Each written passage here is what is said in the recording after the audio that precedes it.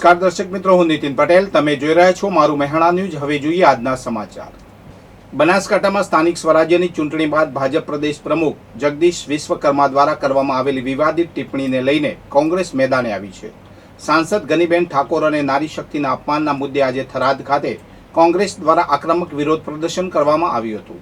ગૌમાતા સર્કલથી collector કચેરી સુધી યોજાયેલી આ રેલીમાં મોટી સંખ્યામાં કાર્યકરો ઉમટી પડ્યા હતા. આ દરમિયાન પૂતળા દહન મામલે પોલીસ અને કાર્યકરો વચ્ચે ઘર્ષણ થતા વાતાવરણ તંગ બન્યું હતું. જ્યારે બીજી તરફ પોલીસે મહિલા કાર્યકરો સાથે ગેરવર્તનભર્યું કર્યું હોવાના આક્ષેપ સાથે કોંગ્રેસે એસપી કચેરીએ ન્યાયની માંગ કરી છે. પાટણ જિલ્લાના રાધનપુર શહેરમાં વહીવટી તંત્ર દ્વારા સરકારી જમીન પરથી ગેરકાયદેસર દબાણો હટાવવા માટે મેગા ઓપરેશન હાથ ધરવામાં આવ્યું છે.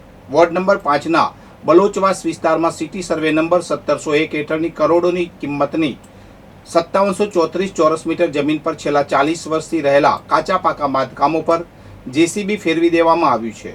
ચુસ્ત પોલીસ બંદોબસ્ત અને વીજ કંપનીના સ્ટાફની હાજરીમાં હાથ ધરાયેલી આ કાર્યવાહીમાં 21 મકાનોને નિશાન બનાવવામાં આવ્યા હતા. જોકે દાયકાઓથી રહેતા પરિવારો બેઘર થતા સ્થાનિકોમાં રોષ જોવા મળ્યો છે અને તેમણે સરકાર પાસે વૈકલ્પિક રહેઠાણની માગ કરી છે.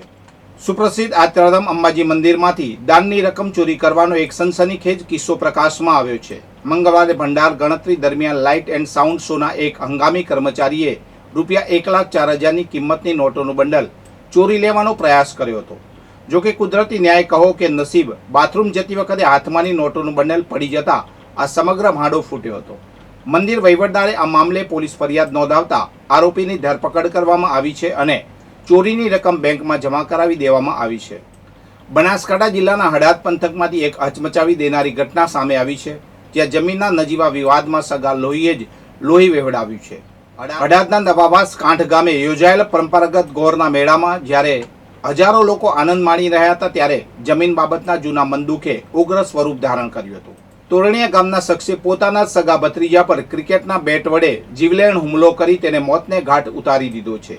આ સમગ્ર ઘટનાનો વિડીયો સોશિયલ મીડિયા પર વાયરલ થતા સમગ્ર પંથકમાં એરેરાટી ફેલાઈ ગઈ છે. એક તરફ મેળાનો ઉલ્લાસ હતો અને બીજી તરફ કાકાના આવેશમાં એક યુવાનનો જીવ ગયો છે. સાબરકાંઠાના વડાલી તાલુકાના સુરજપુરા મહોર ગામનો એક પરિવાર જ્યારે બાઇક પર સવાર થઈ સતલાસણા જઈ રહ્યો હતો, ત્યારે ધરોઈ સતલાસણા રોડ પર એક ગમખ્વાર અકસ્માત નડ્યો હતો. પૂર ઝડપે અને રોંગ સાઈડમાં આવતી એક ટાટા ગાડીએ બાઇકને જોરદાર ટક્કર મારતા પરિવારના 4 સભ્યો ફંગોળાયા હતા. આ દુર્ઘટનામાં 26 વર્ષીય યુવતીનું હોસ્પિટલ પહોંચતા જ મોત નીપજ્યું છે, જ્યારે અન્ય 3 સભ્યો ગંભીર ઈજાઓ સાથે સારવાર હેઠળ છે. સતલાસણા કામ અર્થે જઈ રહેલા સુરજપુરાના ડાબી પરિવાર માટે 5 મેનો દિવસ કાળ સાબિત થયો હતો.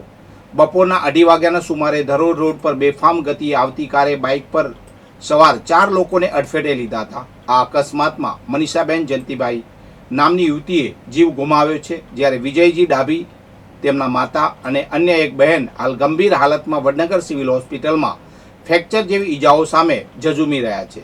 ઘટના બાદ ફરાર થઈ ગયેલા કાર ચાલક વિરુદ્ધ પોલીસે કાયદેસરની કાર્યવાહી હાથ ધરી છે. પાલનપુર શહેરમાં માનસરોવર ફાટક પાસે આવેલા ખોડિયાલનગર વિસ્તારમાં એક રહેણાંક મકાનમાંથી બનાસકાંઠા એસઓજીએ મોટા પ્રમાણમાં ગાંજો ઝડપી પાડ્યો છે. પોલીસે ઘરમાંથી ગાંજાનું વેચાણ કરતા એક શખ્સની ધરપકડ કરી છે. જપ્ત કરાયેલા ગાંજાની બજાર કિંમત આશરે 12.35 લાખ આંકવામાં આવી છે.